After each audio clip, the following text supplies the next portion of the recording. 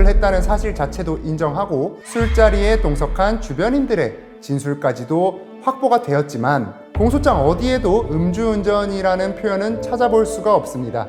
심지어 국과수에서는 범죄 당시 혈중 알코올 농도를 면허 취소 수치의 2배인 0.15% 이상으로 추정하는 판단을 하기도 했습니다. 왜 사람들은 음주 사고를 내면 너도 나도 도망가고 심지어 처벌도 받지 않게 되는 것일까요?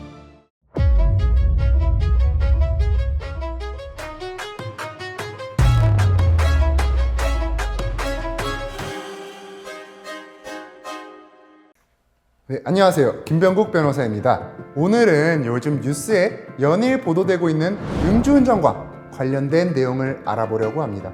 이건 유명 트로트 가수 김호중 씨의 범죄 사실과 유사한 내용을 다루고 있는 공소장 내용입니다. 피의자는 업무상 주요 의무가 있었음에도 피해 차량을 충격하여 차량을 손괴하고 피해자에게 약 6주간의 진료를 필요로 하는 상해를 가하였음에도 아무런 조치 없이 도주하였다. 이런 공소장 내용을 붙여넣기라도 한 것처럼 유사 범행들이 쏟아져 나오고 있는 판국입니다.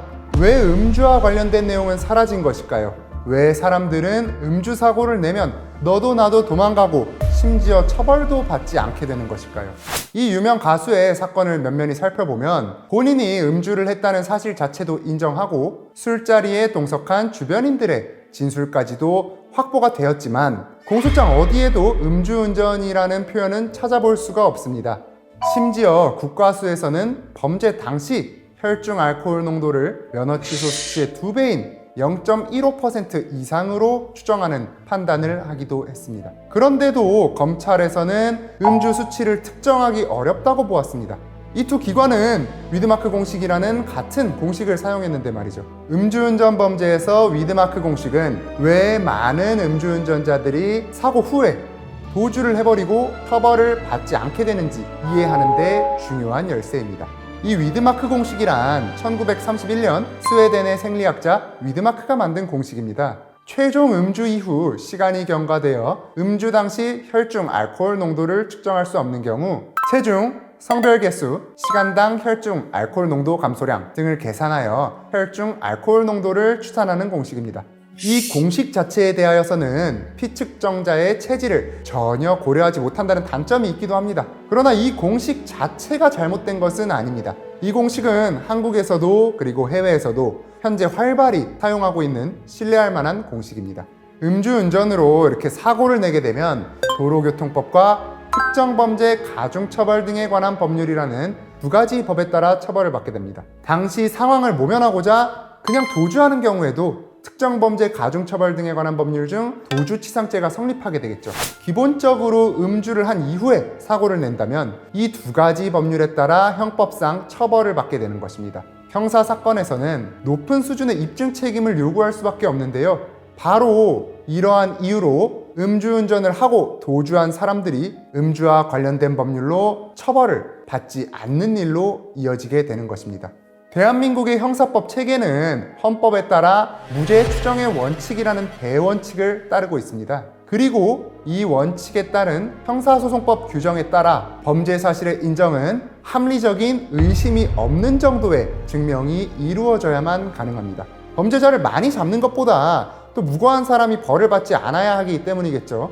형사재판에서 이제 유죄라고 하는 것은 한 사람의 인생에 전과를 남기게 되는 것이고 필연적으로 징역형처럼 기본권을 크게 제한하는 처벌에서부터 재산권을 제한하는 벌금형 등까지의 결과가 이어지는데요. 그렇기 때문에 10사람의 범죄자를 잡는 것보다 이 한 사람의 무고한 피해자를 만들지 않아야 한다는 대원칙을 세운 거죠. 또한 이것은 대한민국의 근대사와도 어느 정도 연결이 되어 있습니다.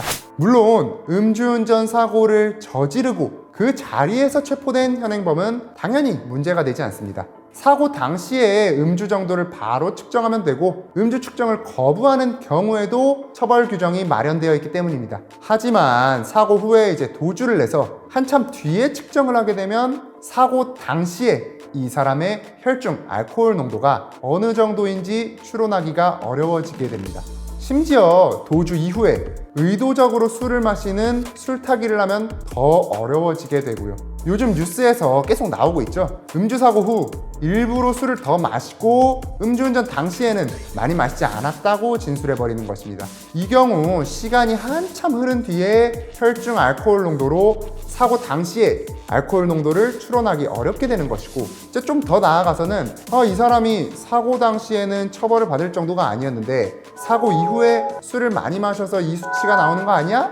라는 이제 합리적인 반박을 할 수 있게 되니까요.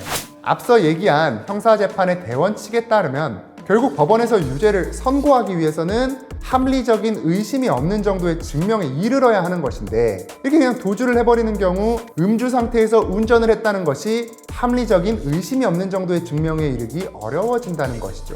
현재까지 쌓여온 기존 판결례들을 보더라도 음주 상태로 운전을 하였다는 것을 합리적인 의심이 없는 정도의 증명에 이르렀다고 하기 위해서는 결국 음주 혹은 음주사고 당시의 혈중 알코올 농도가 측정되어야만 하는 상황입니다. 이러한 법적인 논리 때문에 요즘 수많은 음주 사건에서 문제가 발생하고 있는 것입니다. 위드마크 공식의 경우 결국 음주 이후 일정 시간 내에 혈중 알코올 농도를 측정해야만 이용할 수 있는 것이고, 이 위드마크 공식을 사용하더라도 법원 판결내에서는 핵심적인 증거로 인정하고 있지 않는 상황입니다. 결국 기존 판결례들에서는 위드마크 공식만으로는 음주 범죄를 인정하기에 합리적인 의심이 없는 정도의 증명에 이르렀다고 판단하지 않는 경우가 굉장히 많습니다. 물론 혈중 알코올 농도 측정이 사고 후 최대한 빨리 이루어진 후 이 위드마크 공식을 증거로 하여 유죄 판결이 나오는 경우도 잇따르고 있지만, 요즘 이렇게 발생하고 있는 음주운전 후 도주하는 사건을 음주운전으로 처벌하기는 여전히 너무 어렵습니다. 주변인들의 진술이나 CCTV가 있더라도 음주운전 처벌이 어렵다는 것을 알아보기 위한 판결이 또 하나 있습니다. 2017년 10월 27일 선고된 한 판결을 같이 살펴보시면 피고인이 동행인과 소주를 4병 주문하였고, CCTV 영상에서 피고인이 약 11번 정도 소주잔을 입으로 가져간 사실을 인정하고는 있으나 실제로 소주를 모두 마셨다는 사실이 명확하게 드러나지 않는다는 이유 등을 들어서 피고인에게 음주운전에 대한 무죄를 선고하였습니다. 이처럼 수사기관에서도 이러한 간접 사실들을 통하여 음주운전을 처벌하기 위해 노력하고 있는 상황이긴 하지만, 현재 이런 법 체계와 선례들에 따르면 처벌하기가 굉장히 쉽지 않은 상황입니다. 결국 합리적 의심이 없는 정도의 증명인 현장에서의 측정 자체가 이루어지지 않는 이상 현 입법 체계 하에서는 음주운전을 하고 도망치는 사람을 처벌하는 것이 매우 힘든 것입니다. 현재 이러한 술타기와 관련된 도로교통법 개정안 등이 발의되기도 하였으나 음주운전의 입증 방식에 대한 논의는 이렇게 쉽게 이루어지고 있지 않은 상황입니다. 현재 음주운전으로 인하여 연일 뉴스에서 기사들이 나오고 있고 여론이 들끓고 있는 상황입니다. 물론 헌법에서 규정된 형사법의 대원칙인 무죄 추정의 원칙이 무시되어서는 절대 안 될 것이지만, 이렇게 심각한 사고를 유발할 수 있는 음주운전에 대한 적절한 처벌 역시 좀 요원한 상황이지요.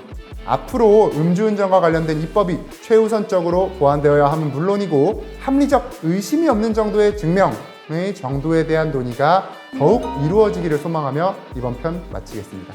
감사합니다.